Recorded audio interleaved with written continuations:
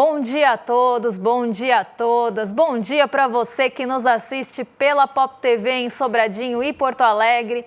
Sejam todos muito bem-vindos e bem-vindas a mais um ICL Mercado Investimentos. Hoje sextamos aí com assuntos já para acabar o humor, mas já que é sexta-feira, a gente dá uma balanceada, né? Mau humor, sexta-feira, aí uma coisa vai equilibrar a outra, porque a gente vai falar da derrubada do IOF no Congresso e as implicações disso, inclusive leituras disso daqui para frente, do que deve mudar, o que pode compensar, onde devem vir cortes. Então a gente vai falar sobre isso, assunto que tira um pouquinho do sério, mas é importante de passar. Vamos falar também do índice de confiança da indústria, que foi divulgado hoje bem cedinho. Na verdade, foi divulgado ontem, né? Hoje saiu comércio e serviços, esses vão ficar para a semana que vem. Hoje a gente vai falar da confiança da indústria. Então, vamos entender o que está acontecendo com a confiança da indústria. Ela está abalada? Ela não está? Se tiver abalada, por que ficou abalada?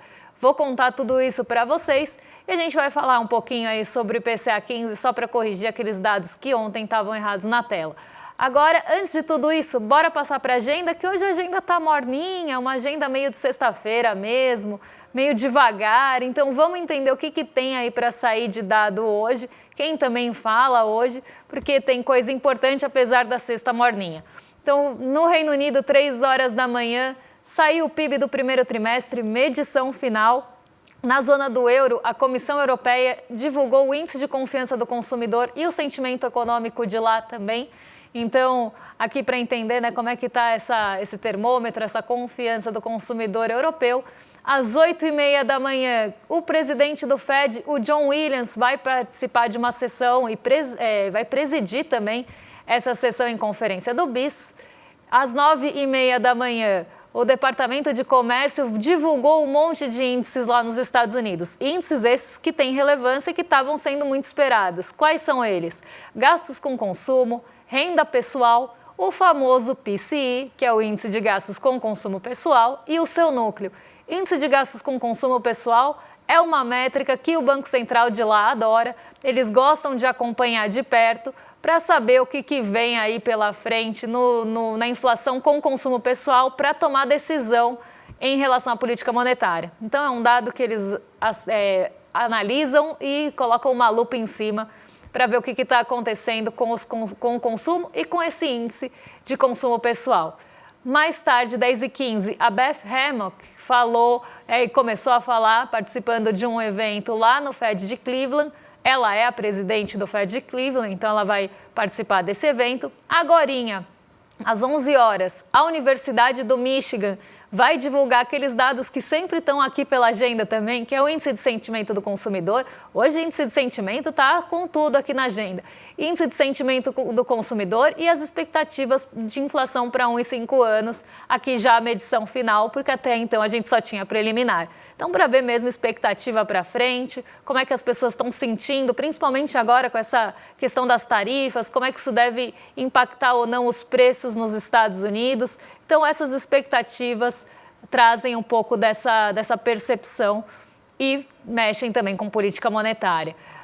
Às 14 horas tem poços de petróleo e plataformas em operação e ainda está na China acontecendo a Comissão Permanente do Congresso Nacional do Povo, que se estende pelo dia. Então hoje, como eu falei, uma agenda, pelo menos aqui no Brasil, meio morna de indicadores. Tem os indicadores da FGV que foram divulgados, mas de uma forma geral, o que está mexendo bastante com o mercado é a relação que está enfraquecida, ou esse cabo de guerra, essa queda de braço entre o Congresso e o governo. Então, eu já vou passar para o Diego, que está lá na redação, porque ele vai contar como é que foi o fechamento de ontem. Diego, bom dia, como é que você está? Bom dia, Débora. Muito bom dia para toda a nossa audiência. É um prazer imenso estar aqui com vocês. Sextamos, graças a Deus. Estou precisando de final de semana, estou precisando ficar bem quentinho nas minhas cobertas lá em casa, maratonando minhas séries. Mas, enfim, bom dia para a nossa equipe de telespectadores fiéis. Maria Helena, Gladys Garcia, Bad Dog, Liz Longo, André Bolzan e, por último, mas não menos importante, Ricardo, do Corinthians. Bom dia para o Vitor Valim, que deu um bom dia aqui para a gente, como a galera das siglas e números. Gostei da definição. Bom dia para a Regina Coeli. Enfim, muito bom dia para todo mundo. Vamos para o nosso fechamento? Pois bem, o vai e vem na Bolsa continua. Depois de cair na quarta, o Ibovespa subiu ontem quase na mesma medida e fechou a quinta-feira aos 137 mil pontos após uma alta de quase 1%. O mês de junho segue na estabilidade, mas no ano o saldo é positivo de valorização de quase 14%. Quem puxou a recuperação foram as ações de maior peso da Bolsa, os nossos famosos pesos pesados. A Vale disparou 3% e liderou os ganhos. A Petrobras e o setor financeiro também contribuíram, com destaque para o Itaú, que fechou no campo negativo no dia de ontem. No câmbio, o dólar caiu quase 1% e voltou a ficar abaixo dos R$ 5,50. Ficou ali R$ 5,4999, então R$ 5,50. Depois que o Congresso derrubou o decreto que aumentava o IOF, Imposto sobre Operações Financeiras, o governo agora vai precisar de alternativas para compensar a perda arrecadatória de 12 bilhões de reais. Segundo o Tesouro Nacional, o prazo para encontrar uma compensação vai até meados de julho, então tem um certo tempinho meio apertado aí, né? Inclusive, a Advocacia Geral da União, a AGU, estuda uma eventual judicialização do caso. Mas setores do governo defendem uma cautela, não é um consenso dentre o governo. Agora, se não houver solução, o corte pode bater os 30 bilhões de reais no orçamento de 2026, o que deve afetar diretamente serviços e políticas sociais. Agora, Débora, o que eu queria saber é o que explica essa disparada monumental da Vale no dia de ontem. Olha, a Vale ontem, ela teve uma disparada mesmo, subiu, foi um dos destaques, né, um dos destaques da nossa Bolsa, e ela subiu na esteira de notícias envolvendo ali as tarifas, Donald Trump, China, um possível acordo, o minério de ferro, eu ia falar petróleo de ferro, gente, estamos aqui já na sexta-feira, a cabeça já está cansada. O minério de ferro, ele teve uma alta, inclusive, refletindo esse possível acordo, né, um possível direcionamento para essa questão. E a gente sabe que a Vale é uma mineradora, então ela acaba se beneficiando de movimentos que envolvem o minério de ferro. Então ela subiu ontem na esteira, hoje de manhã, as ADRs, que são os nossos recibos de Vale negociados lá em Nova York, também subiram e o minério de ferro continuou tendo esse ímpeto, então hoje a gente já pode esperar também um movimento da Vale. A única questão subiu muito ontem, então hoje ela pode dar continuidade a esse movimento por conta do minério de ferro numa proporção menor ou até mesmo sofrer realização. É uma ação para ficar aí no radar, porque ela pode ter ou não fôlego para continuar isso. Mas um bom termômetro são as ADRs que abrem antes e elas já estavam antes mesmo do nosso mercado aqui entrar em negociação, subindo lá fora. Então refletiu muito mesmo dessa questão em relação aí a possíveis acordos, um direcionamento um pouco melhor das negociações entre Estados Unidos e China, envolvendo aí algumas commodities. Então, estamos aqui com Vale colhendo essa alta, principalmente aí por conta do minério de ferro. Agora, um ponto que eu queria falar para vocês, isso já encaixa inclusive no nosso próximo assunto, é o dólar. Porque o dólar, ele caiu bastante ontem, né? Ele chegou a bater 4 e pouquinho na mínima, se não me engano. Ele fechou em ali, né, os 5, não foi 4 e pouquinho não, mas ele baixou numa mínima bem perto ali, uma mínima que ele, acho que era 5, eu vou pegar a mínima para vocês porque isso é importante. Eu não lembro o número de cabeça agora, porque o dólar tem 4 números depois da vírgula, né? Então a gente nunca lembra eles inteiros. Mas o dólar ele chegou numa mínima que ele não tocava há muito tempo. Não importa a grandeza, mas ele chegou numa mínima que ele não tocava há muito tempo. Depois eu pego aqui e conto para vocês. E essa mínima, ela foi puxada por vários fatores. Não foi só um fator exclusivo que derrubou o dólar. Mas tem um aí no meio que é bem importante e que encaixa no que a gente vai falar depois. Então teve ali possíveis ventos vindos do exterior, os mesmos ventos que sopraram na Vale, sopraram também no dólar. A moeda dos Estados Unidos, né, essa moeda estadunidense se desvalorizou também bastante frente a outras moedas, então também não foi algo específico do real. A gente teve um movimento internacional de queda do dólar, mas tivemos esses movimentos mais aí pontuais Brasil que também influenciaram o dólar. Quais foram eles?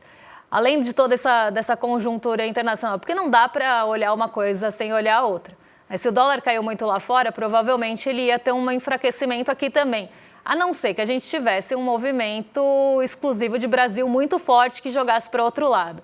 Ao mesmo tempo que a gente teve esse enfraquecimento do dólar lá fora, a gente teve um IPCA benéfico. Então, um IPCA que veio abaixo da estimativa, um IPCA que também trouxe algum otimismo para o mercado brasileiro de forma geral.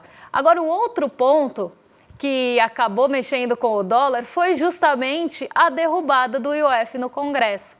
E isso parece, assim, inocente e bobo, numa leitura ali mais rasa, o IOF, né, foi derrubado e o dólar colheu frutos disso. Por que o dólar colheu frutos disso? Por que, na verdade, o real se valorizou frente ao dólar em um dia que você derruba um decreto de IOF que aumentaria, inclusive, IOF para remessa, então poderia, inclusive, fortalecer o dólar, em outra leitura. Que leitura foi feita pelo mercado financeiro para levar o dólar a uma mínima ontem reagindo a essa derrubada?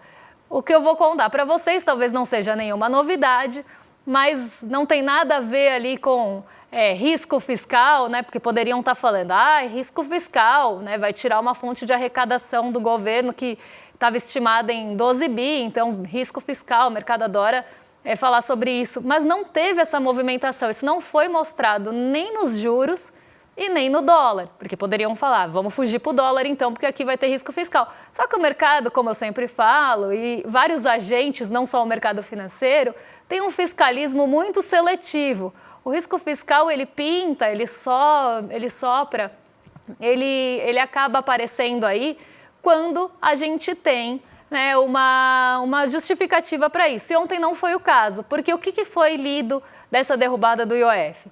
Uma derrubada do IOF pode levar o governo federal a cortes, que é justamente uma coisa que o mercado vem batendo na tecla há muito tempo. Quando foi divulgado o pacote do Haddad, o mercado chiou porque queria corte. Depois, quando tiveram outras medidas, o mercado chiou porque queria corte. Quando o corte surpreendeu o que o mercado esperava, ele falou, poxa, surpreendeu, então poderia ser mais um pouquinho, defendeu o corte. Quando a gente teve a derrubada do IOF, então se não vai ter 12 bilhões de arrecadação, o que vai ter que ter? Vai ter que ter corte. Então, o mercado e outros agentes estão sempre mirando no corte de gastos.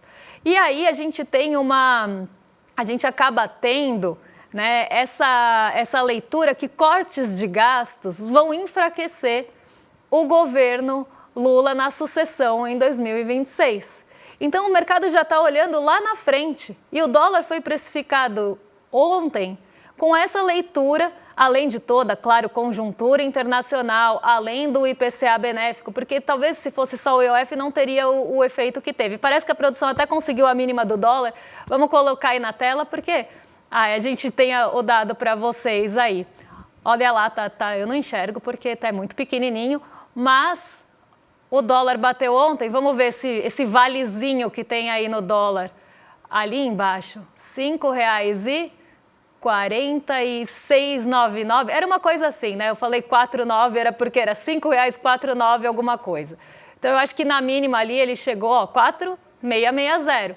Então, um dólar aí bastante abaixo, né, dos 5,50, porque é um piso importante. Pode ver que nos últimos tempos ele não furava esse piso dos 5,50. Ontem ele fura.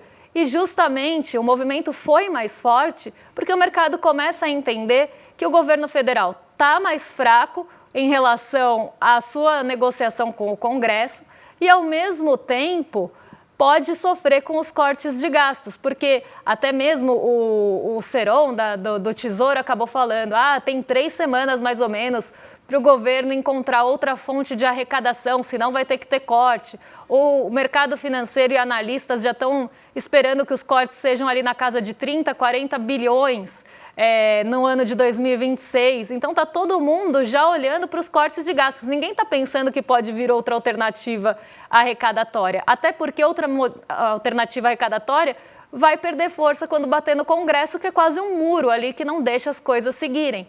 Então, a gente sabe que existem essas articulações. No Congresso tem bancada da bala, bancada da Bíblia, bancada do boi, bancada da... quais são os 4 Bs? Betes, Bíblia, boi e bala.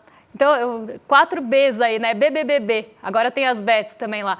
Então, a gente tem um Congresso que está defendendo os seus próprios interesses o tempo todo e jogando a conta sempre nas costas da população mais vulnerável, da população que vai sofrer com cortes de gastos, no colo de vocês. Então, está sempre jogando em algum lugar para não ter que arcar com isso. E os cortes de gastos, principalmente se acontecerem em saúde e educação, pastas que acabam perdendo força na negociação que acontece, isso vai bater na população e a população vai sentir isso de alguma forma. Então, o Congresso, ele articula para tentar ali derrubar uma medida que eu também não achava boa, eu já teci várias críticas aqui ao IOF, eu não acho que era a melhor forma arrecadatória para o momento, inclusive. É uma medida que pega muito nos pequenos, então se você aumenta a alíquota de crédito PJ, vai pegar em quem? Vai pegar na pessoa do Simples Nacional, vai pegar nas empresas menores. Se você aumenta IOF de crédito e deixa de fora a galera da Faria Lima, então você deixa de fora ali fundo, deixa quem vai mandar remessa do exterior para investir, mas cobra ali da pessoa que manda remessa no cartãozinho porque era um pouquinho mais barato, você vai pegar quem? Vai pegar a classe média, que também está longe de ser a faixa rica do país. Se você vai mirar em alguém, você tem que mirar realmente em quem não paga imposto, em realmente ali quem tem isenção de dividendos há 30 anos, quem não paga R$1 sobre os lucros e dividendos que distribuem há 30 anos.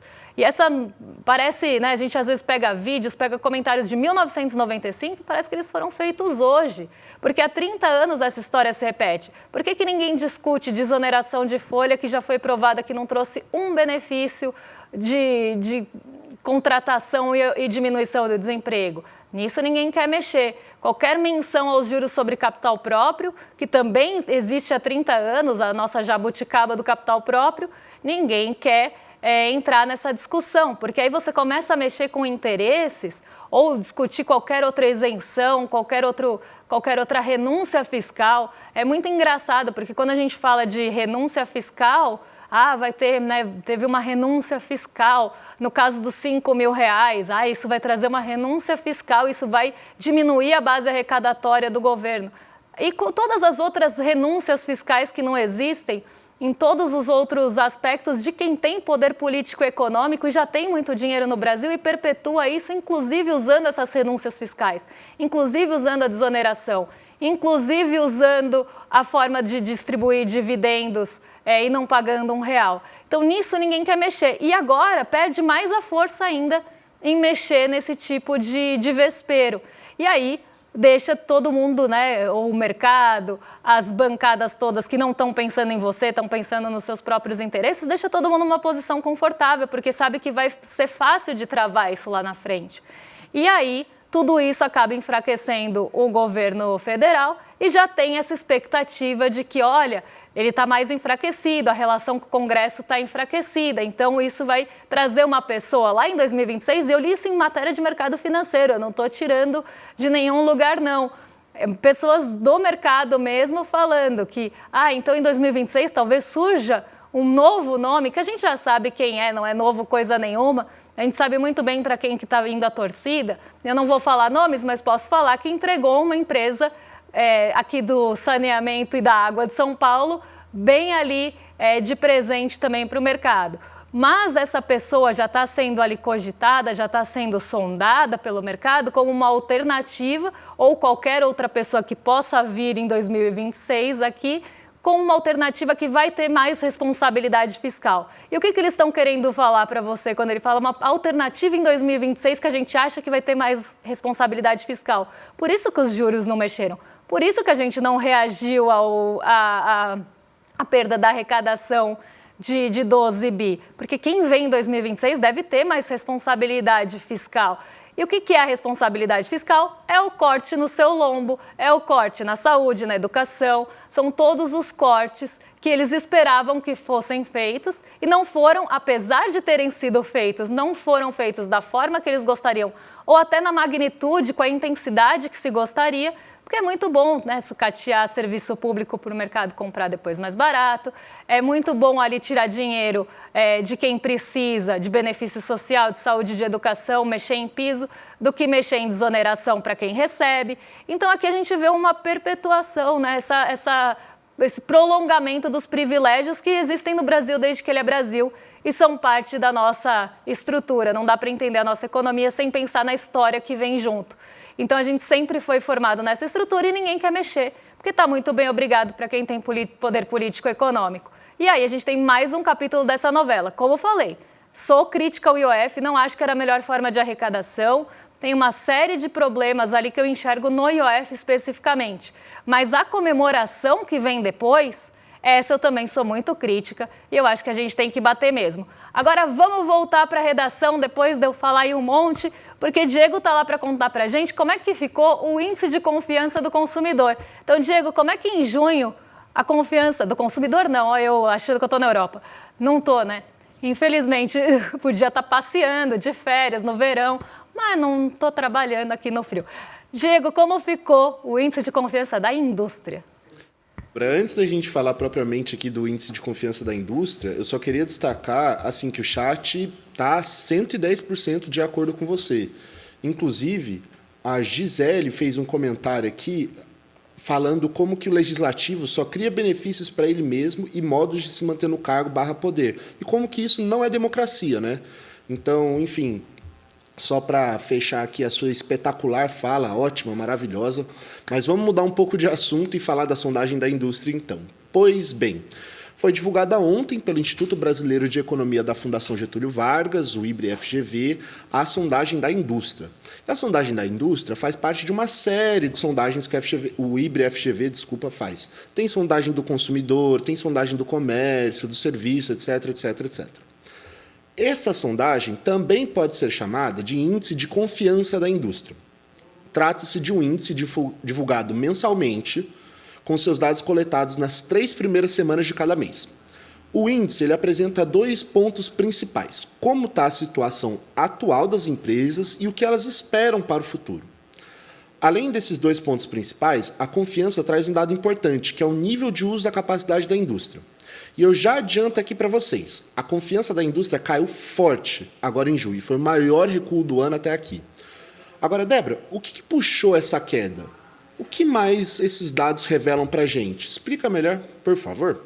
Vamos lá, porque esses dados eles contam muita coisa para a gente, parecem dados ali, né? Ah, caiu, né? Meio frios ali, mas se a gente olhar a fundo, o que levou à queda da confiança da indústria, aí o problema começa a aparecer. Não só caiu a confiança da indústria, a indústria está mais desconfiada, a indústria está menos confiante em relação tanto à situação atual quanto ao futuro. O que está fazendo com que a indústria pense isso, sinta isso, perca essa confiança? Primeiro ponto é a demanda. Então, a demanda para a indústria já está mostrando sinais de fraqueza. Se você demanda menos para a indústria, o que ela vai fazer? Ela vai colocar o pé no freio, ela vai começar talvez a desligar algumas partes ali, ela não vai, pelo menos também não vai mais expandir, não vai mais contratar gente, ela vai ver quantos turnos ela tem, ela vai ver uma série de coisas e ela vai começar a botar o pé no freio. Será que não dá para rearranjar esses turnos? Como é que estão os meus pedidos para agora? Como é que estão meus pedidos para frente? E esse pé no freio é estimulado por uma expectativa de demanda para frente e de uma demanda já mais enfraquecida agora, é problemática. Então, isso já mostra uma fraqueza ali da indústria vinda pela demanda. E a demanda, quando a gente fala em economia, quando a gente fala em expectativa econômica, como eu sempre conto aqui para vocês, as coisas acontecem quase que na expectativa, no boato, enquanto você espera alguma coisa. Se você espera uma demanda mais fraca para frente, agora você já vai começar a botar o pé no freio. E isso é uma consequência da nossa alta da taxa de juros. O relatório da FGV, se vocês abrirem, fala em política monetária restritiva várias vezes. Não é uma vez só. Porque a política monetária restritiva, lê-se alta da taxa Selic, vai aumentar o custo do crédito. Isso começa a inviabilizar alguns planos para a indústria. A política monetária restritiva começa a enfraquecer a demanda, porque você olha para frente e começa a ver que as pessoas, o comércio vai demandar menos da indústria, quem compra da indústria vai demandar menos da indústria. Então, isso é uma questão que acende alerta, porque começa a olhar também para frente. A indústria, mas os consumidores também, se a gente for pensar de uma forma geral, estão olhando para frente achando que a situação vai piorar por conta da alta da taxa de juros. Então, já vamos dar uma segurada no freio agora, porque senão isso vai trazer alguns problemas. Os pedidos também estão caindo na indústria. Então, se tem menos pedido e você acha que vai ter menos demanda para frente, combo da desgraça para você não produzir mais, para você realmente começar a desacelerar a produção industrial. E aí o sentimento da indústria vai mostrar isso. Bom, se o sentimento da indústria está negativo, está pessimista, provavelmente daqui para frente a gente comece a ter queda na produção industrial, que é algo que já é até colocado aqui no relatório, que os próximos 6 meses não devem ser bons para a indústria se a gente continuar com esse custo de crédito alto, se a demanda continuar ruim, se os pedidos continuarem caindo.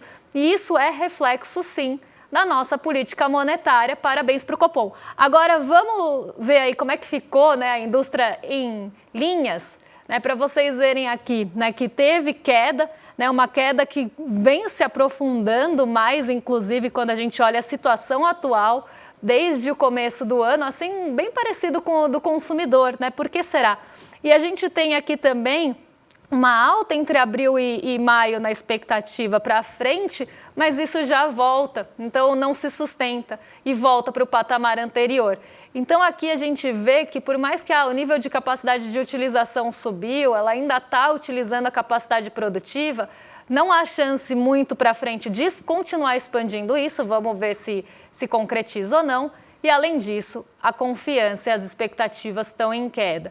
Agora tenho 4 minutos, eu vou fazer uma errata aqui com vocês, porque quando a gente erra, a gente também fala e assume, porque ontem o gráfico do IPCA ficou meio esquisito, tinha uns dados que eu falei, isso está errado, isso está errado. Então eu quero trazer os dados do IPCA, porque por mais que a história que eu contei estivesse certa, os dados gráficos para vocês estavam errados. Então eu vou corrigir aqui em tela e aí eu já conto a história para vocês. A gente teve sim queda nos preços da feira, principalmente aí frutas, legumes e verduras. Eles caíram no mês de junho, porque a gente está vendo IPCA 15, né? Então é a prévia de junho. A gente teve quedas aí de tomate, teve queda de feijão, arroz, que já acumulam, inclusive, uma queda em 12 meses bem forte. Então, por mais que até se tivesse alguma alta aqui, dificilmente mudaria esse acumulado em 12 meses, mas eles continuam fortalecendo essa queda. A batata inglesa teve queda de 34 no acumulado, apesar dessa alta, né, a volta dos tubérculos. Eu estou brincando com isso há algum tempo, porque faz uns 2 meses que a batata está querendo roubar o lugar da moda do tomate, mas no acumulado a gente ainda tem uma queda bem forte da batata. O café moído, que estava errado ontem, eu falei, isso aí está errado. 2,86 de alta na variação mensal e 81 de alta acumulada. Então, sim, gente, o café está caro. Vai continuar caro por um tempinho, apesar de ter algumas notícias já falando que talvez o preço do café para o produtor comece a cair. Se começar a cair para o produtor, isso vai demorar um tempo para chegar para a gente. Assim como o efeito é prolongado da alta, o da queda também vai demorar um pouquinho para chegar, mas será que existe esperança? Será que existe luz no fim do túnel? Eu estou aqui à espera de um milagre do café cair. Outro dia eu fui no mercado e aí eu estava lá na gôndola do café. E eu estava lá escolhendo um café. Aí a mulher que estava do meu lado virou para a amiga e falou, nossa, olha, o café está em promoção. Eu acho que estava R$33. Ela leu e falou, poxa, mas é descafeinado. Ela foi lá e comprou de 41. Mas enfim, né, tem pessoas que tomam café descafeinado. Eu, inclusive, às vezes. Carnes subiram 0,39, mas acumulam alta de 24% ainda. Uma alta bastante grande no acumulado, apesar de já começar a ter uma alta menor. Leites e derivados 0,21 de queda, mas ainda com acumulado abaixo da média da inflação. E as aves, eu ia falar os ovos, gente, eu ia fazer uma confusão. As aves e ovos caíram 1,07, mas ainda tem o acumulado de 10,50. Os ovos, se a gente não olhar aves e ovos, eles tiveram até uma queda maior. Agora eu vou corrigir os preços da energia, porque a energia elétrica penalizou, né? Eu tinha contado isso, mas a magnitude estava errada. Então, 3,29 de alta na energia elétrica, com acumulada de 4,71. E o etanol, ele caiu, apesar do acumulado em 12 meses estar alto ainda. Mas a gente já tem aqui um arrefecimento dos combustíveis, que era a história que eu estava contando ontem para vocês. Queda nos combustíveis e na feira, mas a energia elétrica puxando muito, principalmente aí os itens de habitação e residencial, que foi o maior impacto da inflação. A energia sozinha contribuiu para o Grupo Habitação quase toda a alta. O impacto do Grupo Habitação foi 0,16. A energia sozinha contribuiu com 0,13 da alta do IPCA 15. Então a gente vê que o vilão mesmo é a energia residencial. Os combustíveis começam a trazer trégua, exceto o etanol, que está com um acumulado de 12,13 por conta daquela questão que a gente sabe. Vale mais exportar açúcar ou vale mais fazer etanol? E isso faz com que a produção de etanol caia e deixe esse acumulado que vocês estão vendo aí. Agora eu quero convidar vocês para estarem com a gente no domingo, porque tem um encontro muito especial, a aula Investir é para Todos. Eu vou estar lá, Edu vai estar lá, a gente vai conversar com vocês em relação a tudo que está acontecendo, como tomar decisão nesse cenário. iclmercado.com.br ou aqui no QR Code que está na tela, que é bem fácil, aí não tem desculpa, você escaneia, bota a câmera ali e já cai na página para se inscrever, não só para ser lembrado, mas também para ter acesso a essa aula tão importante nesse momento que tudo acontece. Então tá imperdível a aula e eu vou convidar vocês a se juntarem aí com a gente. Agora eu vou entregar muito rapidamente para os nossos vizinhos de cima, no Rolê ICL, com o William De Luca e Guga Noblar, um programa que vai ser bem especial. Então já entrego aqui, desejo um bom fim de semana e eu volto na segunda para contar o que mexe com a bolsa, com o nosso bolso e com a nossa vida. Um beijão e até lá. Faltam só 2 dias para nossa aula Investir é para Todos. Uma aula fácil, rápida e muito prática. É de graça participar. Uma coisa que não é muito comum acontecer. As pessoas aí cobram fortunas para ensinar menos do que eu vou ensinar nessa 1 hora de aula. E a gente se vê daqui a 2 dias. Você tem um canal, rádio ou TV? Chegou a hora de levar ao seu público o jornalismo que faz história. Democracia! No ICL, você tem acesso exclusivo a Chico Pinheiro, Esses caras fardados sempre estiveram tumultuando a vida democrática neste país. Leandro Demore, Que foi tudo tomado pela água, ó. Heloísa Vilela, Que a mesquita é aqui dentro do campo de refugiados. Juliana Dalpiva em campo, O conjunto probatório é muito forte. apurando tudo de perto, feito por quem entende. São histórias que mudaram o Brasil e você pode levá-las ao seu público. Seja nosso parceiro. Use nossa programação gratuitamente e fortaleça seu conteúdo com credibilidade. Acesse icl.com.br/parceria. Juntos, levamos a verdade mais longe.